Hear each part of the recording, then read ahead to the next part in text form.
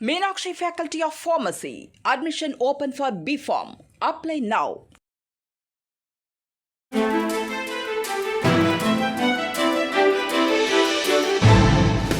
தட்டை, சீடை, முறுக்கு, ரிப்பன் போகடா, அதிரசம் என்ன வேணாலும் செய்யுங்க. ஒரே ஒரு 5 லிட்டர் இதய மந்த்ரா கடல் எண்ணெய் பேக் ஒரு மாசம் முழுசுக்கும் அத்தனை சமையல் முடிச்சு விடலாம். இதய மந்த்ரா. ஸ்ரீநகரில் தியாகிகள் நினைவிடத்திற்கு செல்ல முயன்ற காஷ்மீர் முதல்வர் உமர் அப்துல்லா இன்று தடுத்து நிறுத்தப்பட்டார். போலீசார் தடுத்தும் சுவர் ஏறி குதித்து உள்ளே சென்று உமர் அப்துல்லா அஞ்சலி செலுத்தினார். மாநில முதல்வர் தடுக்கப்பட்டது ஏன்? இதன் பின்னணி குறித்து பார்க்கலாம்.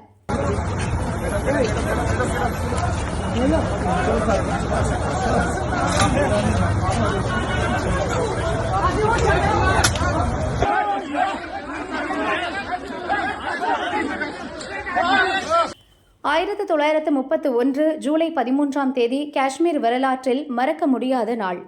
காஷ்மீரில் மக்கள் டோக்ரா ஆட்சியாளர்களுக்கு எதிராக அதிருப்தியில் இருந்த காலகட்டம். டோக்ரா அரசான ஹரிசிங்கிற்கு எதிராக கிளர்ச்சி செய்ய முஸ்லிம் மக்கள் திரண்டனர். ஸ்ரீநகர் மத்திய சிறைக்கு அருகே போராட்டம் நடத்திய போது மன்னரின் டோக்ரா இராணுவத்தினர் துப்பாக்கிச்சூடு நடத்தினர். அதில் 22 பேர் கொல்லப்பட்டனர். இந்த சம்பவங்கள் பல தரப்பினரால் வெவ்வேறு மாதிரியாக விவரிக்கப்படுகிறது. அப்போதிருந்து காஷ்மீரில் ஜூலை 13ஆம் தேதி தியாகிகள் தினமாக கடைபிடிக்கப்பட்டு வந்தது. 2019 ஜம்மு காஷ்மீரின் சிறப்பு அந்தஸ்து ரத்து செய்யப்பட்டு 2 யூனியன் பிரதேசங்களாக மறுசீரமைக்கப்பட்ட பிறகு தியாகிகள் கல்லறையில் அஞ்சலி செலுத்த தடை விதிக்கப்பட்டது. 2020க்கு பின் அரசின் விடுமுறை பட்டியலில் இருந்தும் இந்த நாள் நீக்கப்பட்டது. இந்த ஆண்டு லெப்டினன்ட் கவர்னர் மனோஜ் சின்ஹா அரசியல் கட்சியினர் அஞ்சலி செலுத்த தடை விதித்தார். ஜூலை 13 அன்று எந்த ஒரு நிகழ்ச்சியும் நடத்தக்கூடாது என உத்தரவிட்டார். யூனியன் பிரதேசமான காஷ்மீரில் முதல்வர் உமர் அப்துல்லாவை விட துணைநிலை கவர்னர் அதிகாரமிக்கவர். போலீஸ் துறை இவரது கட்டுப்பாட்டில்தான் உள்ளது. ஆளும் கட்சியின் தலைவர்கள் பலர் நேற்று வீட்டு காவலில் வைக்கப்பட்டனர்.